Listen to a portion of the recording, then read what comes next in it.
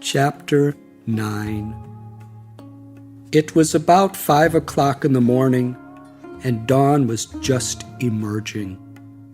Not knowing where to go or what to do, I stood with my friend on a railway platform, which bustled with crowds who came off the train and hundreds who wrestled to get on.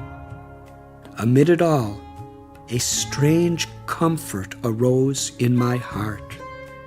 It was similar to that feeling I had while praying in the temple of Kashi Vishwanath, a feeling that something special was about to happen in my life. There appeared to be a jovial mood in the crowd. Gary and I looked at each other, and remembering the flower that had determined our route through Europe, decided to stay put for the time being. After some time, the station became quiet. I saw some sadhus sitting some distance ahead in a circle on the platform. I gestured to Gary to wait, and I approached them. "Excuse me," I inquired. "Where are we?" Saying nothing, a sadhu stared up into my eyes as if he had been waiting for me. Rising to his feet, he broke the silence. "This is Mathura, Lord Krishna's birthplace, and today is Janmashtami, Krishna's birthday." On their invitation, Gary and I walked with them to the place where the Janmashtami festival was being celebrated. As we approached the main gate, one elderly sadhu turned to me. "Do you know about Lord Krishna?" "Not very much," I admitted.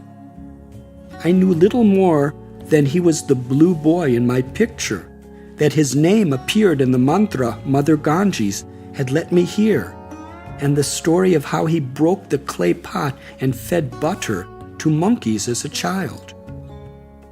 "Could you tell me more?" I asked. His face lit up with enthusiasm as he repeatedly rubbed his beard and began. "Krishna is our name for the one God of creation. He is without beginning or end, unborn and undying. The Lord resides in his supreme abode, but by his sweet will, he has taken birth in this world many times and in many forms throughout human history, all to show us the way out of suffering and into spiritual happiness." The sadhu pointed into a huge courtyard teeming with throngs of pilgrims. "In this spot," he said, "Lord Krishna first appeared on earth 5,000 years ago. Come, please join us in the celebration." What I saw inside spurred my curiosity. A massive mosque towered over a tiny underground temple for Krishna. "Is there some reason there is a mosque at Krishna's birthplace?" I asked our self-appointed guide. Previously, this was the site of the Adi Keshava Temple, one of the greatest monuments in the world. But in the 17th century, the Mughal Emperor Aurangzeb destroyed it and built a mosque in its place. "Why?" Gary asked. The sadhu shrugged his shoulders to convey his helplessness.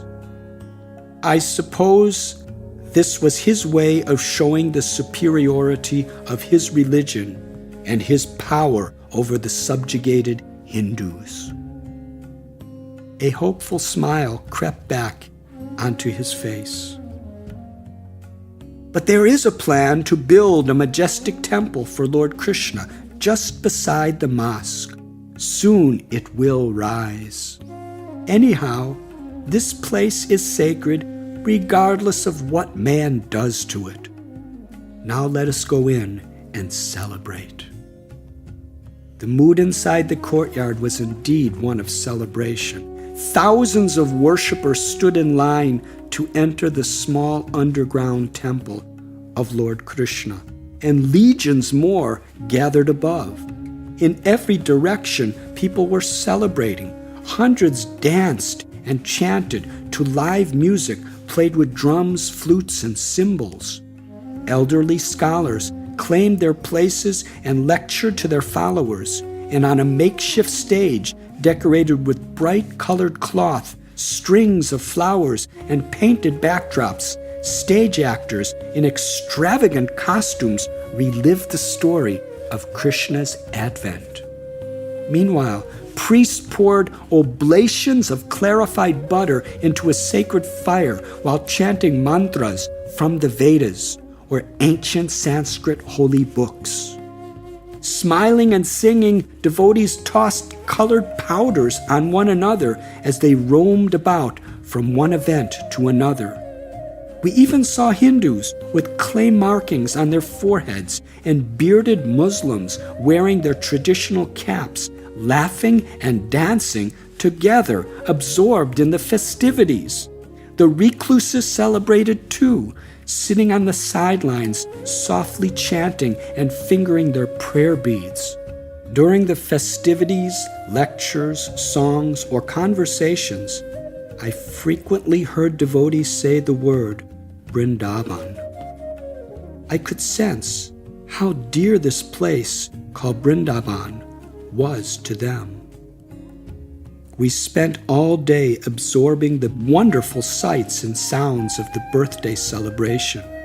As midnight approached, swarms of people streamed through the lanes that led to the Yamuna River, crowding into the Dwarkadish temple near its banks. According to the scriptures, it was at midnight that Lord Krishna appeared in the city of Mathura. Now everybody waited for that moment. Although the temple was already packed with thousands, a steady flow of thousands more managed to stream through the door. The police tried to control the crowds in vain with long bamboo sticks. Neither Gary nor I had ever seen such massive crowds. To get a better view, we climbed up 2 pillars in the temple hall and looked down upon this astonishing scene. We scanned the multitude, which vibrated in anticipation. When the clock struck midnight, the doors of the inner sanctum swung open to reveal the altar of Krishna. A tumult of joy rose like a tidal wave. Enthralled, the people in the crowd were oblivious to being shoved and crushed. Old and young, male and female, rich and poor, all merged together with palms joined in prayer and eyes glossed with devotion. Small circles of villagers sang their own special songs, while everyone else laughed, cried, danced, and exuberantly called out Krishna's holy names. For Gary and me, clinging to our pillars, the eagerness of these pilgrims was astounding. At about 3 a.m, we found a place to sleep on the bank of the river Yamuna. We were told that this particular place, Vishramghat, was where Krishna personally took rest on occasion. The next day, as we strolled through the lanes of Mathura, 4 well-dressed young men rushed out from a tea stall to greet us. "We are proud to see foreigners in our city," the leader said.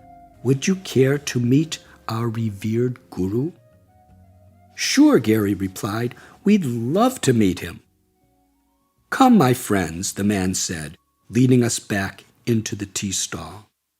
"Long ago, our guru renounced the pleasures of this world to realize the highest truth. Guruji is a scholar who can answer any query you may have. We are among hundreds of his faithful disciples in this area. Excuse me while I go and call on him." Minutes later, the guru appeared. He was a man of 40 or so, with a shaved head. His movements were meticulous. Speaking refined English, he articulated for us in a pleasing accent the scriptural importance of Mathura city. To our joy, he invited us to spend our nights at his temple. We followed him into a small temple honoring Lord Shiva. In the middle was a Shiva lingam. Just behind it, an iron trident planted upright in the ashes of a sacred fire pit. The Swami carefully saw to our needs, bringing us a vegetarian dinner and answering whatever questions we asked. When night set in, the Swami offered Gary a straw mat on the floor to sleep and invited me to share his wooden bed. To sleep on the same level as this revered guru was an honor I did not deserve. I mused on how his many disciples would have given anything to be in my position that night. The Swami lay down beside me. Then, in the quiet of the night, I felt his hands massaging my body. "Why are you doing this?" I asked. "This is our custom to show hospitality for guests." Not wanting to be ungrateful, I said nothing. Slowly his hands crept toward the private parts of my body. My mind swam in a whirlpool of apprehension. Confused, I pushed his hands away. After a few minutes, his hands snaked downward again. Again I pushed them away. Please do not massage me. I don't like this." He whispered into my ear, "I am giving you God's blessing. It is not me that is doing. I am simply God's instrument. You must not resist." The room was dark and hot. I lay there in anguish. What if I disappoint him? He might punish me. I thought of Vasudev and his unfortunate experience with a corrupt guru. Or he may have yogic powers. Each time the man tried to grope me, I pushed his hands away. Was this really a custom for showing hospitality? His aggression increased with each failed attempt. Now he was panting with passion and becoming more forceful. He would not take no for an answer. Incited, I was on the verge of smashing him with my fists, but I restrained. How could I fight with a Swami? Is that what a sadhu should do? And what would his disciples do to me if I did? Perspiring profusely in the sweltering humidity of the monsoons, I lay there and prayed to be saved from this horrible situation. Then I made up my mind. Shoving him away, I jumped to my feet. Infuriated, he embraced me tightly, but I wriggled my way out, pushed him away, and fled. Gary, meanwhile, slept peacefully through the whole ordeal. I rushed into a deserted lane in the late night and was free. From a safe distance, I spied on the Swami through the open entranceway, making sure he did not offer any of his hospitality to Gary. Like a watchdog, I stood guard, ready to come to Gary's aid if required. Standing in the shadows of night, drenched by a monsoon downpour, I remained awake until dawn. In every spiritual path, there are those who are true and those who are false. Saintliness is not determined by one's title, dress, hairstyle, or place of residence. This man, for example, had the title of Swami, a shaved head indicating he had renounced worldly pleasures, and the robes of a sadhu. He was a scholar of scripture, the high priest of a temple, and the guru of many disciples who revered him. Yet he tried to exploit me to satisfy his own carnal desire. Real saintliness should be understood by a person's behavior. Exerting one's spiritual authority to exploit the innocent is a grave injustice. I prayed that this incident would not create doubt in my mind toward the sincere devotees. Gary continued to sleep peacefully through the night without incident, oblivious to the storm that raged both inside and outside the temple of Shiva. In the morning, Gary was shocked to hear my description of what had happened. A guru ravaged by lust? Our idealistic innocence was once again challenged by the real world. Despite having been stranded in Mathura, we were still determined to make our pilgrimage to Amarnath in the Himalayas. But that day, while taking my morning bath in the Yamuna River, I felt an intense pulling to visit the nearby village of Brindavan everyone had been talking about. For reasons I could not explain, I longed to go to Brindavan alone, as a solitary pilgrim. Gary agreed to meet me there the next day, at which time we planned to resume our journey to Amarnath.